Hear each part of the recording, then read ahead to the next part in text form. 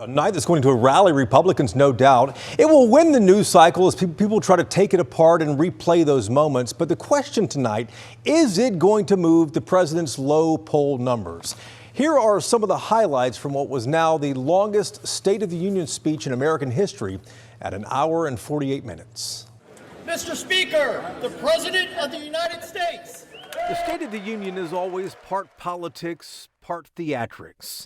President Trump's first one of his second term, no different. You've seen nothing yet. We're going to do better and better and better. This is the golden age of America. Within moments, Democrat Al Green from Houston escorted out of the chamber, holding a sign saying black people aren't apes, referring to the president's now deleted social media post about the Obamas. Early on, though, Trump took credit for tightening border security, fulfilling that campaign promise, lower gas prices, and stock market records. The state of our union is strong. But Trump did not acknowledge the rising cost of groceries or the impact of tariffs.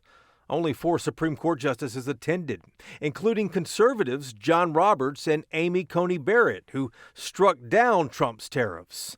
Trump criticized them again in his speech, calling the ruling unfortunate and disappointing.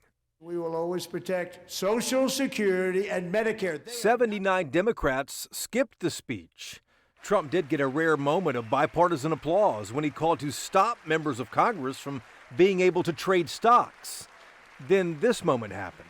If you agree with this statement, then stand up and show your support. The first duty of the American government is to protect American citizens, not illegal aliens. And you should be ashamed of yourself not standing up. Democrats remain seated there. President Trump, though, did spend most of the speech recounting his first full year in office.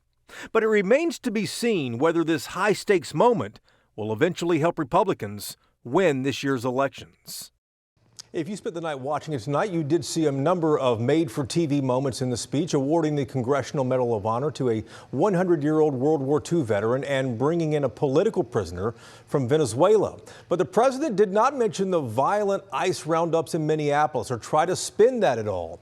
Our global standing with close allies like Canada, Mexico, and Europe, and whether an attack on Iran might be imminent. So we'll be watching to see now how voters respond to the speech in overnight polls. You know, the president's agenda over the next couple of years really hinges on Republicans retaining control of Congress. Jason, did he say anything tonight that will rally those Republican primary voters who may be going to vote right now? Yeah, the Republican primary voters will clearly be, energized after seeing this. The question is it going to sway any of the independents who always decide the elections? And this speech is happening here at the end of February.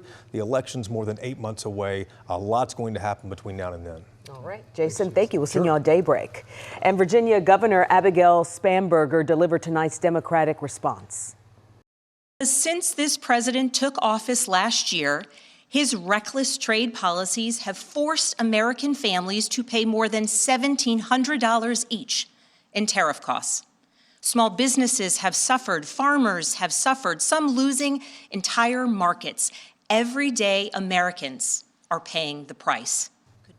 Spanberger was sworn in as the first woman to become governor of Virginia last month. She delivered her speech in a museum in Colonial Williamsburg, focusing on issues of affordability and the ways ordinary citizens have pushed back on the president's policies, including student walkouts here in Texas.